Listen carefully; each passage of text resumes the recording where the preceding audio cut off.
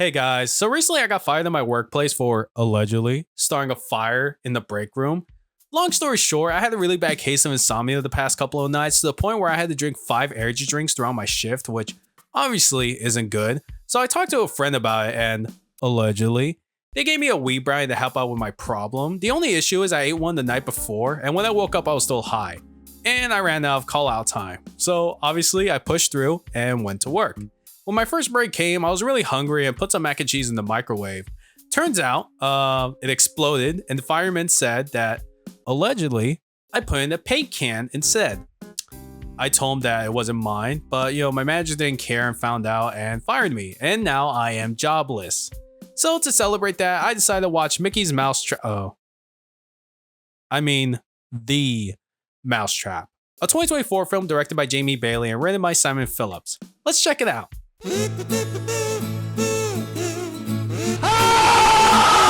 This film makes me wish I slept during the fire. So already from the trailers, I knew it was going to be a shit cash grab film, but I still wanted to give it a chance. Now that I watched it, there are so many reasons why I want to put this film in cringe tier.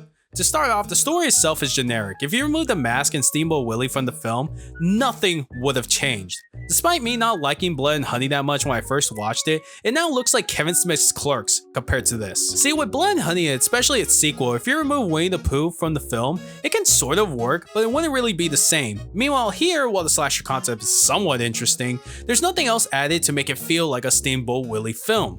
Plus, I actually had an okay time when watching Blood and Honey in theaters. Meanwhile, with this film, I was bored, cringing at the bad dialogue and acting, and wishing this film had more creativity.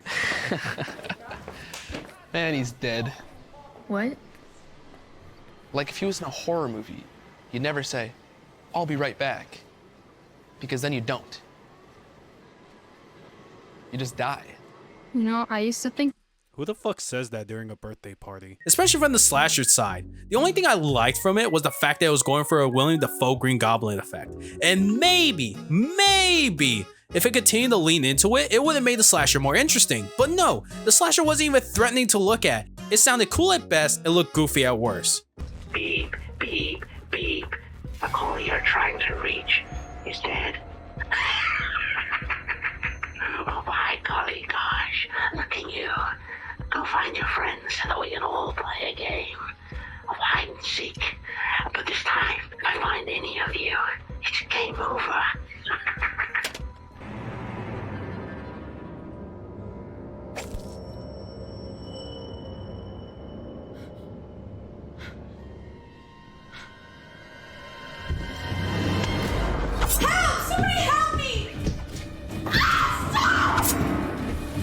And the way the story is structured too is annoying, because at first it gave me some intrigue, and maybe this would have worked if it was a whodunit slasher, but it's not. Already they revealed the side character is the quote-unquote final girl, and the main final girl is dead, and the other survivors are so traumatized that they can't even be bothered to show up.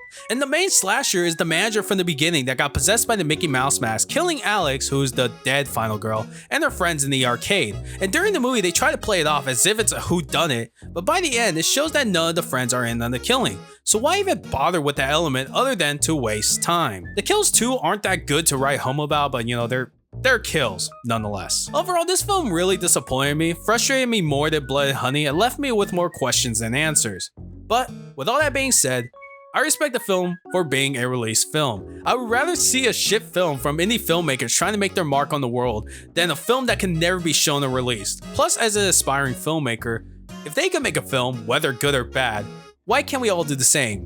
Anyways, what do you guys think of Mousetrap? Let me know in the comment section below. I'm gonna go play Fortnite now.